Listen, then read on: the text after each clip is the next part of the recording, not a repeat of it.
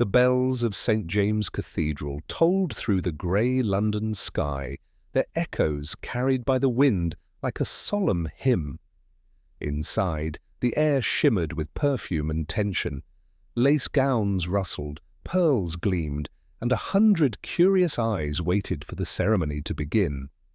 At the altar stood Alexander Blackwood, the Duke of Ravenshire. Tall, composed, every inch the perfect nobleman. Yet beneath his calm exterior there was restlessness, as though he were about to seal a destiny he did not entirely choose. And then she appeared, Lady Evelyn Whitmore, radiant in ivory silk, her veil catching the morning light like spun glass. Her beauty was quiet, not boastful, a soft dignity in the way she carried her heartbreak. The tongue whispered as she passed, not because of her gown, but because of her history. A family name tarnished by debt, a father ruined by scandal. Her marriage to the Duke was not born of romance, but of arrangement, a union of necessity, whispered about in drawing rooms as charity disguised as duty. Yet when Evelyn met Alexander's gaze at the altar, something in the air shifted. The murmurs faded, and for a moment there was only the two of them. His steady breath, her trembling hands, the faint scent of lavender clinging to her gloves. Perhaps, she thought, love might grow from kindness. Perhaps this marriage, though forged in convenience, could still find warmth. The vows were spoken, voices trembling only once, his when he said her name. When it was done, the congregation erupted into polite applause, though behind every smile lurked curiosity. The Duke's new Duchess, too good to be true, too humble to be trusted. That night, the manor glowed with celebration. Chandeliers burned bright, music filled the ballroom, and laughter echoed through the marble halls. Evelyn moved gracefully among the guests, her smile practiced, her heart fluttering somewhere between fear and hope. She had been raised to survive the cruelty of society, but she had not expected her wedding night to feel so cold. Alexander, distant and reserved, offered her his hand only when custom demanded. To her relief, he did not speak cruelly. To her sorrow, he did not speak tenderly either. It was as if the vows had built a wall between them instead of a bridge. Still, she tried, thanking guests, exchanging warmth where he could not, her sincerity glowing against the Duke's restraint. Then, like a blade slipped between silk, the scandal arrived. It began with whispers, faint, poisonous. Two ladies paused in the corridor, their fans trembling with excitement. "They say she wrote letters to another man," one breathed. "Before the wedding, passionate ones." Within an hour, the rumour had a life of its own. By midnight, someone had slipped an envelope beneath the Duke's door, a letter written in Evelyn's hand, addressed to Lord Christopher Vale, a man Alexander once called friend. The ink was damning. "I shall marry him, but my heart will always be yours." The Duke read it once, then twice, his blood turning to ice. The handwriting was unmistakable. So was the pain that followed. He found her on the terrace, her wedding gown now draped in moonlight, her expression wistful as she looked out at the gardens. When she turned and saw his face, her smile faltered. "What is it?" she asked gently. He held up the letter. "Explain this." She frowned, confused. "What? That's not mine." "Do not lie to me." His tone was sharp enough to cut through her confusion. "You wrote this to Vale? The man who courted you last spring?" Her eyes widened. "No, I didn't, Alexander. I swear to you, I have never written." He laughed, low and bitter. "I should have known. A Whitmore always bargains where the heart is concerned." Tears welled, but she stood tall. "You think I would disgrace myself? You, on the night of our vows?" "I think," he said coldly, that I have married a woman who knows how to survive.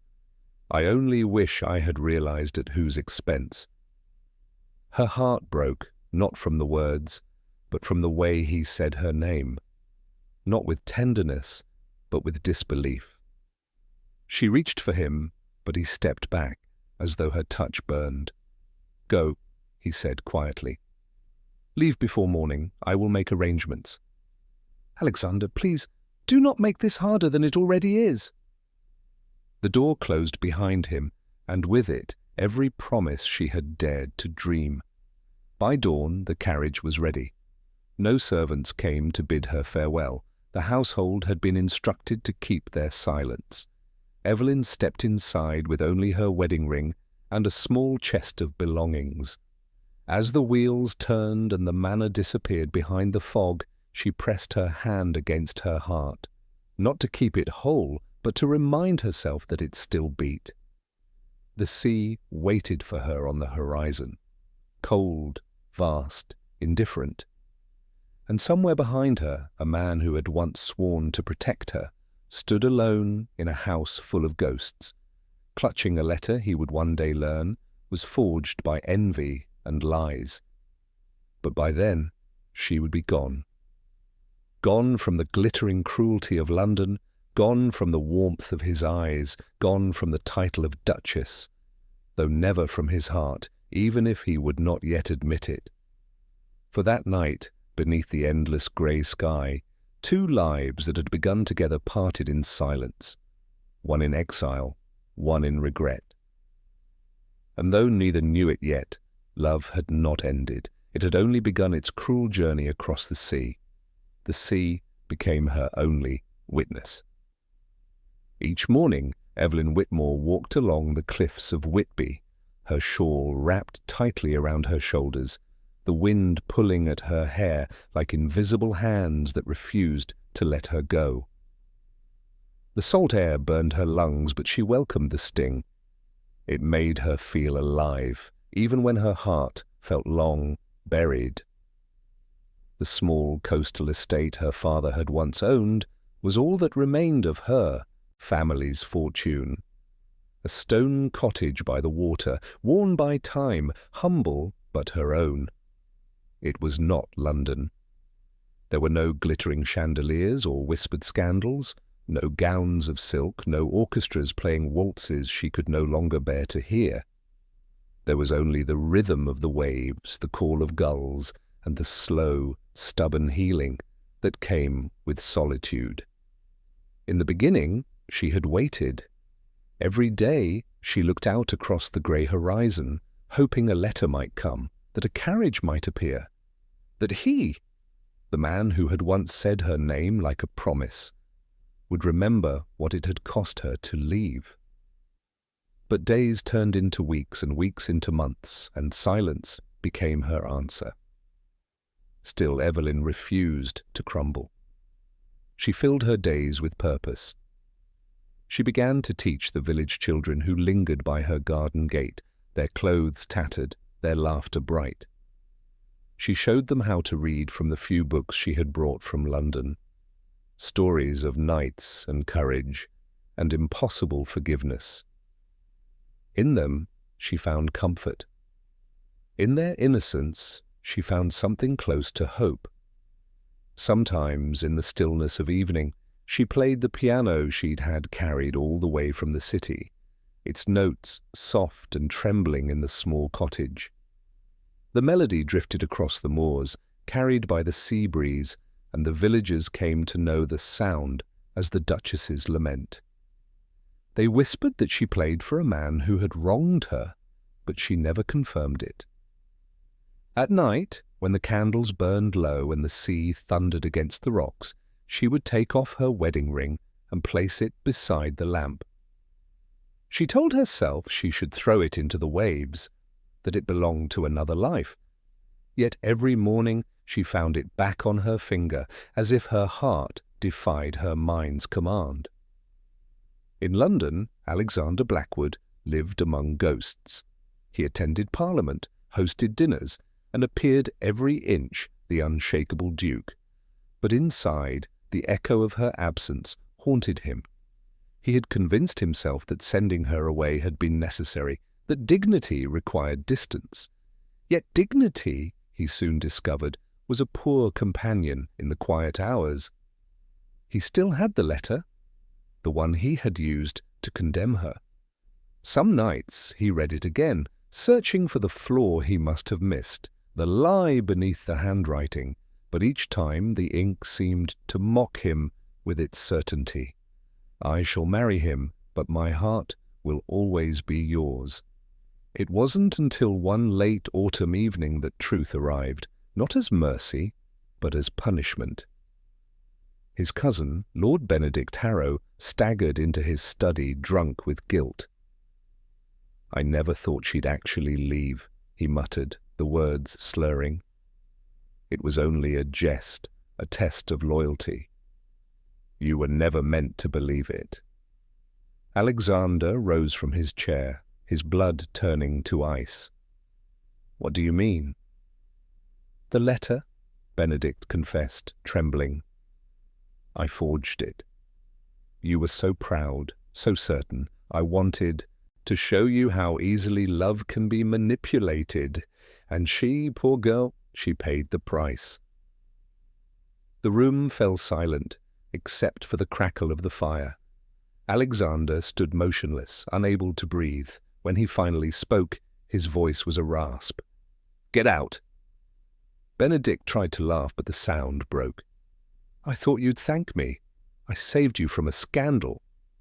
"Get out before I forget your family," Alexander said quietly. And when his cousin fled, the Duke sank to his knees beside the hearth, the letter still in his hand, no longer a weapon, but a confession of his own blindness. He had ruined the only woman who had ever looked at him and seen more than a title. The next morning, London awoke to find the Duke of Ravensshire gone. He left no explanation, no farewell, no trace but the echo of hooves clattering through the cobbled streets at dawn. His servants whispered that he had taken a ship bound for the northern coast, a journey no man of his standing ever made alone. But Alexander was no longer travelling as a duke, he was travelling as a man seeking forgiveness. Meanwhile, Evelyn stood once more by the cliffs, her shawl fluttering like wings behind her. Winter was coming, the air sharp with frost, the sea turning silver beneath a pale sky. She closed her eyes and whispered to the wind, "Let me forget him." But the heart, she had learned, does not obey reason, only truth. And even as she whispered those words, somewhere across the waves, a ship cut through the cold water, its sails stretched wide, carrying a man who had finally learned that pride was not strength, and that some distances could only be crossed by love. The docks of Dover were shrouded in fog when Alexander Blackwood, the Duke of Ravensshire, stepped onto the ship that would carry him north across the cold grey sea. Gone were the velvet coats and golden cufflinks of London's peerage. He wore a simple cloak, travel-worn boots, and a look of exhaustion that no title could disguise. The air smelled of salt and regret. Seagulls cried above him as ropes creaked and sails snapped against the wind. He had spent years mastering power, how to command, how to judge, how to silence emotion before it ever dared rise. But now, stripped of certainty, he was simply a man with a single truth burning in his chest. He had wronged her. As the ship left the harbour, the cliffs faded into mist. He stood at the railing, the letter that proved her innocence clutched in his hand. Its seal was broken, its edges damp from the rain, and his unsteady grip. The ink had begun to run, but the words remained clear enough to haunt him. Forged by Benedict Harrow. His cousin's name was the brand of his shame. He closed his eyes and let the wind lash his face, each gust a punishment he welcomed. In every storm that followed, he saw her, standing on that terrace in her wedding gown, her eyes full of disbelief, her voice trembling with a pain he hadn't been man enough 2. Understand. The sea raged for 3 days. Waves rose like walls of glass, crashing over the deck, drenching him to the bone. He refused to take shelter below, gripping the rail even as the sailors shouted for him to get clear. When the wind howled his name, he almost thought it was her voice, not angry, not cruel, but grieving. "Do you wish to die, my lord?" the captain shouted during the worst of it. "No," Alexander replied, his voice breaking. "I wish to live as the man she deserved." The storm carried on, tearing at sails and sanity alike. But when the dawn finally broke, it did so in gold, the sky opening like mercy after confession. He stood there as light spilled across the deck, soaked, shivering, and utterly changed. He had crossed not just the sea, but the border between the man he had been and the one he might yet become. When the ship docked on the northern coast, the village was still asleep. Fishermen moved like shadows, and the wind carried the scent of wet earth and pine. He disembarked alone, the letter still in his coat, his heart pounding not from exhaustion, but from the fear of what awaited him. He asked after her quietly, careful not to draw attention. "The lady who lives near the cliffs," a young fisherman said, pointing toward the headland. "A kind soul, that one. Teaches the children to read, walks by the sea every morning, keeps mostly to herself." "She is well?" Alexander asked, his throat tight. "Well enough," the boy replied, "but she looks as though she's still waiting for someone who's forgotten her." The words cut deeper than the cold ever could. He climbed the path to her cottage as the wind whipped around him. The house was small, whitewashed walls, ivy crawling up the sides, smoke curling from the chimney. He could hear faint laughter through the open window, children's voices, soft and fleeting. He froze at the sound of life she had built without him. When she finally stepped outside, the sight of her nearly brought him to his knees. She wore no jewels, no silks, only a simple grey gown and a shawl. Her hair, once braided with pearls, now blew freely in the sea breeze. There was peace in her face, not joy, not bitterness, but peace carved from survival. He called her name before he could stop himself. "Evelyn." She turned, startled, her eyes widening. For a long moment neither spoke. The sea roared behind them, the wind pulling at their words before they were even spoken. "Your Grace," she said finally, her tone even, guarded. "You've come a long way. What brings a duke to exile?" "Remorse," he said simply. Her eyes flickered, unreadable. Remorse is a fine sentiment, but it comes too late. He took a hesitant step forward. "I was wrong, unforgivably wrong. Benedict confessed everything. The letter was a forgery. She raised her hand, stopping him. "You came all this way to clear your conscience." "No," he said, his voice trembling. "I came because I cannot breathe in a world where you hate me." The silence that followed was heavier than any storm. Evelyn studied him for a long moment. The man before her was not the Duke she remembered, not the proud, unyielding figure who had cast her aside. His eyes were hollow with sleeplessness, his face drawn with regret. She wanted to believe him, but belief had cost her too much already. "I do not hate you," she said at last, "but I no longer know you." "Then let me prove who I am," he whispered. Her lips trembled, but her tone stayed steady. "Prove it to yourself first. You came across the sea for forgiveness, but forgiveness is not a voyage, it's a life." He bowed his head, defeated and humbled all at once. "Then I will live it, even if I must do so without you." She turned to go, her shawl fluttering like wings in the wind. Before she disappeared into the doorway, she said softly, "You cannot fix what you broke, Alexander. You can only choose what kind of man you'll be after." He stood there long after she was gone, the waves crashing against the rocks below, his heart torn between relief and devastation. He had found her, he had spoken his truth, and yet it was not enough. Not yet.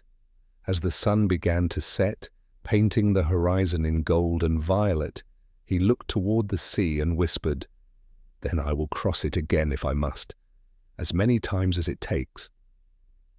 And from inside the cottage, behind the fragile glass of her window, Evelyn heard him, and for the first time in years she let herself believe that maybe, just maybe, love was not finished with them yet. The days that followed his arrival unfolded like a quiet storm, slow, watchful, full of words left unsaid. Evelyn Whitmore moved through her little seaside cottage as though he weren't there, her calm deliberate, her distance precise. She did not ask him to leave, but neither did she welcome him. He had come to the village and taken a room at the small inn near the harbour, and every morning he walked the cliffs just to catch a glimpse of her, a pale figure against the sea, shawl billowing like a sail. At first she ignored him. Then, when ignoring proved impossible, she tolerated him. He helped the fishermen unload their nets, fixed a leaky roof for one of the villagers, even attended the children's lessons she taught in the garden. The villagers, charmed by his humility, began to speak kindly of him. Evelyn said nothing. Yet every time he entered the cottage to deliver firewood or offer assistance, her heart betrayed her, racing in a rhythm she had sworn to forget.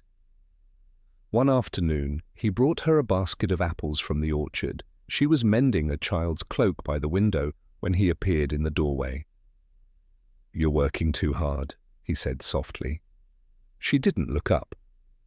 "I find work easier than memory." He hesitated. "Then allow me to make both lighter." She set down the needle. "Do you believe kindness can erase cruelty?" He met her gaze, eyes shadowed by remorse. "No, but it can begin to answer it." Her lips curved, not in humor but in disbelief. "You think in answers, Alexander. I live in consequences." He exhaled, his composure slipping. "Then let me live in them too. Let me bear what I gave you." The wind howled through the doorway, carrying the scent of salt and rain. She rose, crossing the room slowly until only the width of the table stood between them. "You cannot bear it," she said quietly. "You think pain is punishment, but it's not. It's change, and I had to learn it alone." Her words landed like truth always does, not loud, but permanent. That evening, the storm broke. Rain swept in from the sea, drumming against the roof, turning the path to mud. Evelyn was closing the shutters when lightning flashed, illuminating the cliffs in brilliant silver. In that moment, she saw him outside, soaked, head bowed, walking toward the shore. Fear clenched her chest. She grabbed her cloak and ran into the storm. When she reached him, he was standing at the edge, the wind tearing at his coat.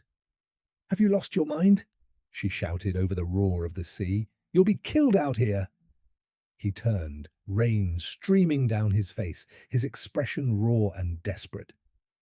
"I came here because I thought I could find peace, but every wave, every gust of wind reminds me of what I destroyed." "This isn't redemption," she cried. "It's madness." He stepped closer, voice breaking. "I sent you away because I believed the world instead of you. I thought my pride was my honor.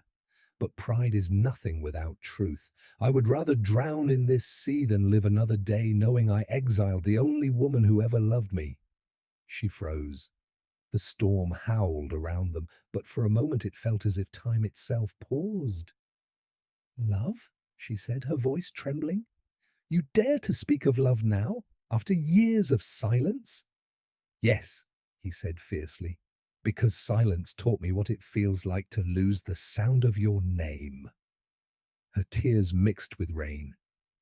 "You think love is an apology. It isn't. You cannot undo what you've done." He reached for her, his hand trembling. "No, but I can spend every breath proving I am no longer the man who did it." Lightning flashed again, close enough to make her flinch. He took her hand then, cold, wet, but real, and she didn't pull away. For a long moment, neither spoke. The waves crashed below, furious and unrelenting, as if mirroring the turmoil between them. Finally, Evelyn whispered, "You broke me, Alexander." "I know," he said, "and I've been breaking ever since." Something in his voice, not pride, not despair, but sincerity, cracked the armor around her heart. She pulled her hand free, pressing it against her chest as though steadying herself. "You say you love me," she said, "but love is not pain nor punishment. It is forgiveness. Can you forgive yourself for what you did?" He looked at her, drenched, trembling, utterly human. "I don't deserve forgiveness." "Then you finally understand what love is," she said softly. The storm raged harder, lightning dancing across the sea. Evelyn turned to go, but the wind caught her shawl and tore it from her shoulders, sending it flying toward the cliff's edge. Instinctively, Alexander lunged after it, his boots slipping on the slick ground. "Alexander!" she screamed, grabbing his arm just as he lost footing. For a terrifying second, both hung at the edge, the sea roaring below, rain blinding them. With all her strength, she pulled him back, collapsing into the mud beside him. For a moment they just breathed, two hearts pounding, two lives nearly lost. When she finally spoke, her voice was shaking. "You fool! You could have died!" He looked at her, eyes full of awe. "Then I would have died where I should have lived beside you." She turned away, her throat tightening. "Don't say that." "Why?" he whispered. "Because you still love me?" The question hung between them, heavy as thunder. She didn't answer. But the silence was answer enough. When the storm finally began to fade, they walked back to the cottage in silence. Inside, the fire was nearly out, but its faint glow painted them in soft gold. He stood at the door, dripping water, uncertain. "Go," she said quietly. "You'll catch your death." "Then will you let me return tomorrow?" She hesitated, then nodded once. "Tomorrow, but only as a man seeking forgiveness, not as a duke seeking what he lost." He smiled faintly, exhausted. "I'll take that bargain." "Bargains end," she said. "Forgiveness doesn't." And when he left that night, soaked but smiling through the ache, he carried with him the smallest flicker of hope, the kind that begins not with promises but with the first crack in a wall once thought unbreakable. The morning after the tempest broke, the village awoke to skies the color of pewter and a sea that still raged like a wounded beast. The wind had calmed, but the waves rolled heavy and high, hurling foam onto the rocks below Evelyn's cottage. She stood by the window, watching them crash and recede, her shawl wrapped tight around her shoulders. Sleep had not found her, not after the night she nearly lost him to the cliffs, not after hearing the word love tremble from his lips. All night his voice had echoed in her thoughts. "I would rather drown than live another day without you." She had told herself it was desperation, guilt speaking louder than reason. And yet, when she closed her eyes, she saw his face, soaked, wild, sincere, and something inside her had shifted. She still wore her wedding ring, she had never taken it off. But love, she told herself, was not enough to mend what pride had broken. The village. Children arrived for their lessons that afternoon, their laughter filling the little room with life again. Evelyn read aloud, her voice steady though her mind wandered elsewhere, to the Duke who had promised to return at dawn and had not. The hours passed, clouds thickened again, the sea grew restless. By evening, the first raindrops began to fall. That was when she heard it, a knock on the door. It wasn't Alexander. It was Thomas, one of the fishermen, his hat in his hands, eyes wide with alarm. "Your Grace," he said breathlessly, "the Duke's out there. The storm caught one of the boats near the rocks. He went in after the boy." Evelyn's heart stopped. "What?" "He tried to help us bring him in, but the waves—" Thomas shook his head. "He won't make it without help." Before he could finish, Evelyn was already running, her cloak whipping in the wind, her boots sinking into the mud. The rain fell harder, stinging her face, but she didn't slow. She reached the edge of the cliffs, the sound of the surf deafening, and looked down.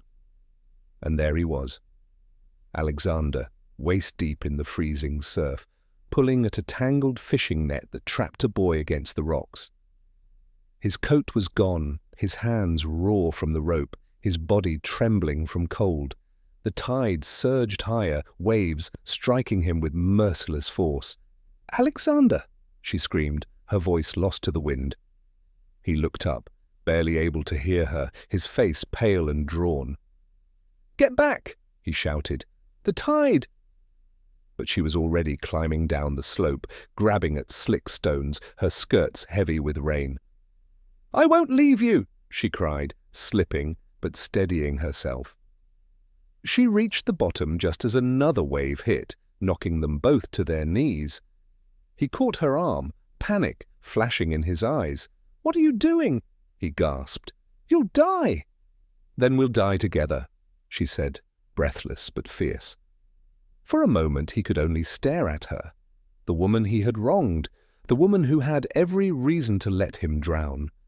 Standing before him, soaked and trembling, refusing to let him face the sea alone. Then, without another word, they worked together.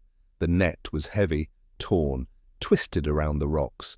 Evelyn held the boy's shoulders while Alexander pulled at the knots, his hands bleeding as the salt water bit into the wounds. The boy cried out, terrified, but Evelyn's calm voice steadied him. "Look at me," she whispered. "You're safe. He's with us now." Finally, the rope gave way. Together they dragged the child to the shallows, their muscles burning, their lungs aching. Alexander lifted the boy into his arms, stumbling up the path with Evelyn close behind, both slipping, both gasping, both too stubborn to stop. By the time they reached the cottage, the boy was coughing, alive. Evelyn wrapped him in blankets by the fire, her hands shaking as she brushed wet hair from his face. "You're safe now," she murmured. Alexander stood in the doorway, water dripping from his coat, his breath coming in ragged bursts. His skin was pale, his lips blue, but his eyes were fixed on her. "You shouldn't have come," he said softly. "And let you drown again?" she replied, her voice breaking. "Once was enough." He smiled faintly, then swayed. She was beside him in an instant, catching him as his knees buckled. "Alexander." "I'm fine," he murmured. But his head fell against her shoulder, and she felt the tremor that ran through him. She helped him to the chair near the fire, her hands steady though her heart raced. He was cold, so cold, and she pressed his hands between hers, trying to warm him. For a long moment, neither spoke. The fire crackled, the storm beat against the windows, and the boy slept peacefully by the hearth. Evelyn looked at Alexander's face, the same man who had once been her ruin, now her rescue, and something in her broke open. "You could have died," she whispered. He opened his eyes slowly. "If death meant saving a life, not earning your forgiveness, I'd have welcomed it."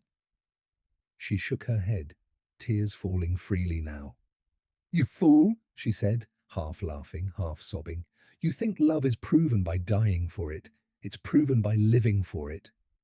He reached for her hand, weak but sure. "Then teach me," he whispered. "Teach me how to live again." Her breath hitched. For the first time, she didn't look away. "You already are," she said softly. Hours later, when the storm finally calmed, the boy's father came to fetch him. Evelyn stood at the door as they left, the night sky clearing to reveal a single star, faint but steady. She turned back to the fire where Alexander slept, his head resting against the chair, exhaustion softening the lines of his face. She watched him for a long time, the rhythm of his breathing like a lullaby.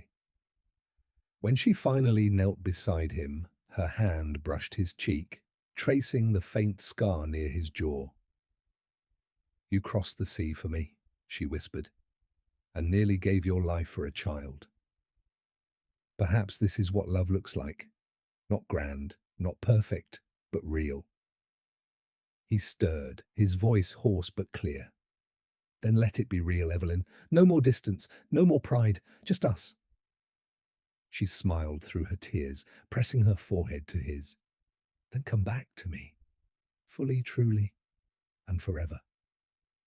Outside, the sea, once violent, once cruel, rolled gently beneath the moonlight.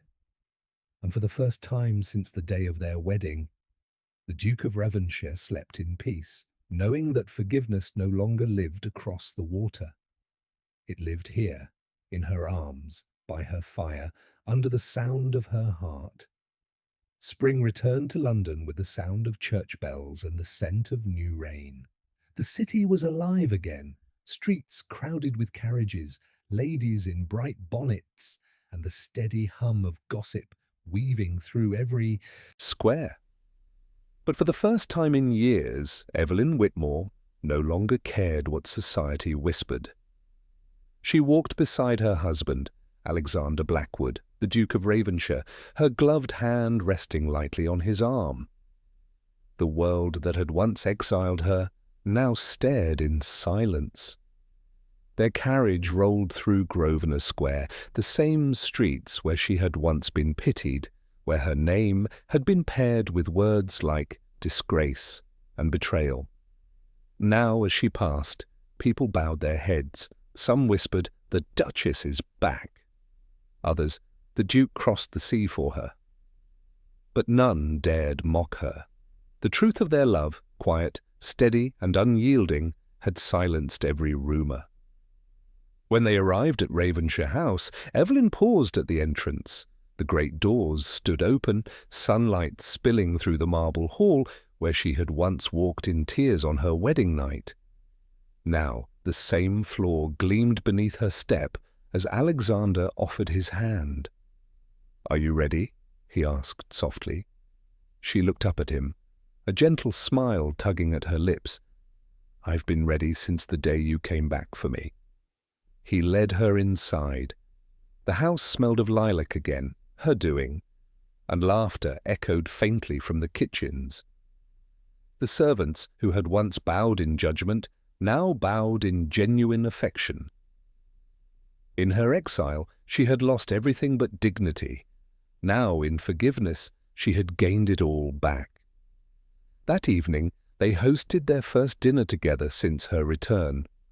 Not a grand ball or a spectacle for the ton, just family, close friends, and the people who had remained kind when kindness was dangerous. The candlelight glowed softly across the table, turning silver to gold, shadow to warmth. When the last of the guests departed, Alexander and Evelyn remained in the drawing-room, standing before the fire. Neither spoke for a while. The flames danced in the reflection of the mirror above the mantel, the same one that had witnessed their first cruel argument years ago. He turned to her then, voice low and sincere. "Do you remember the night I sent you away?" She nodded slowly. "I remember the look in your eyes, the one that made me believe love was a lie." He swallowed hard. "And now?" She reached for his hand. "Now I see it was simply a man who hadn't yet learned how to love." He smiled faintly, humbled. "And you? What did you learn?" "That love doesn't need to be perfect," she said softly. It only needs to be true. Later that night, they stood on the terrace, the city quiet beneath them. The rain had left the cobblestones glistening like glass. Evelyn leaned against the railing, looking toward the Thames where ships rocked gently under the moonlight. "You once sent me away because of the sea," she said. "Now it feels like the thing that brought you back." He stepped behind her, wrapping his arms around her waist. "The sea taught me patience," he murmured. "And you taught me forgiveness. Between the two, I found my way home." She turned to face him, her eyes shining. "You've changed?" "I had to," he said simply. "I couldn't ask the same woman to love the same man who hurt her." She smiled, tears glistening. "And yet I never stopped loving you. I just stopped waiting for you to remember." He brushed his thumb against her cheek, his touch reverent. "Then let me spend the rest of my life proving that I have." He bent to kiss her, and this time it wasn't desperate or uncertain. It was slow, sure, a promise sealed not in words but in trust. The city faded away too, no scandal, no judgment, no past. Only the warmth of two souls who had finally found their way back to each other. Weeks later, their story became the subject of whispers again, but this time the tone was different. The Duchess who forgave, the Duke who crossed the sea for love. They became a symbol of something London rarely believed in: redemption. People began to say that perhaps the Ravenshire's story was proof that love, once lost, could return stronger than before. But for Evelyn and Alexander, none of it mattered. Their love no longer lived in the eyes of society. It lived in the quiet moments, when they walked in the gardens together at dawn, when they read by the fire in silence, when their hands brushed over breakfast, and they both smiled without words. One evening, as the sun dipped below the horizon, they returned to the cliffs of Whitby, the place where she had lived in exile and where he had found his salvation. The sea below shimmered gold under the dying light. Evelyn stood where she once stood alone, but this time his hand found hers. "Do you still hate the sea?" she asked softly. He shook his head. "No, I think it kept you safe for me." She laughed, quiet and warm. "And do you think it forgave you?" He smiled. "I don't need its forgiveness anymore. I have yours." As the tide rolled in, he drew her close, their silhouettes framed against the horizon. The waves crashed below like applause from the earth itself, and she whispered, "You crossed the sea for me, Alexander." He looked at her with that quiet reverence only a man who has lost and found love can hold. "No," he said. "I crossed it to find myself. And you were the shore." The wind carried their laughter away, soft and fleeting, as the last light faded into evening. And there, beneath the vast and endless sky, the Duke who had once chosen pride over love, and the Duchess who had once chosen grace over vengeance, finally stood as equals, not bound by scandal, not by duty, but by something far greater. A love that had crossed oceans and returned home.